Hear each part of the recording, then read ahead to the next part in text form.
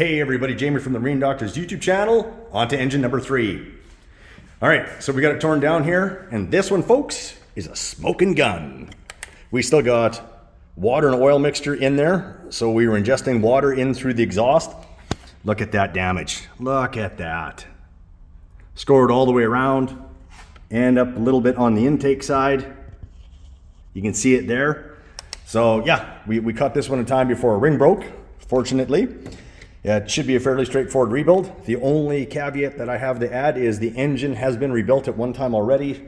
So I'm hoping that we still have enough material and we don't have to throw a new sleeve in here. If we have to throw a sleeve in here, I'm not gonna be a happy guy and it's gonna turn into a parts engine. Also, I'll be running these over to the machine shop today to get done. I've got 6 of these to get done, and I just heard today that they found a block for my daughter's engine, which is fantastic. We're gonna end up paying about $700 for the block and getting it cut, and then it gets sent out to us. We're gonna do the rods and the bearings in it as well to make sure none of this happens. We're gonna do a VRO delete on that engine. I'm gonna be probably doing a VRO delete on these as well, just so that we don't have any issues. And you know what, folks? I think I know what actually caused this engine, why it failed. Well, outside of the water intrusion, okay, that was the symptom. But there's a bolt that runs through here, I believe, or here. One of the two. Let me see. Yeah, this one.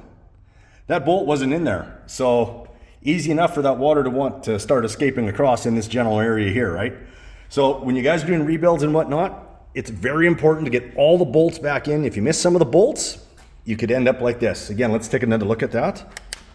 So top cylinder isn't too bad. Well, no, it's a fail anyway. It's irregardless. And number 4 definitely took a beating. Definitely took a beating. So like I said, we're going to get that all cleaned up and then get this guy back out on water. And one last thing I got to add here is I ordered in some TMD hats. If you guys want to support the channel, they're probably going to be around $30 each. I would really appreciate if you guys would start scooping those up. I'll have more on those later. And hey, thanks for watching. See you guys in the next video.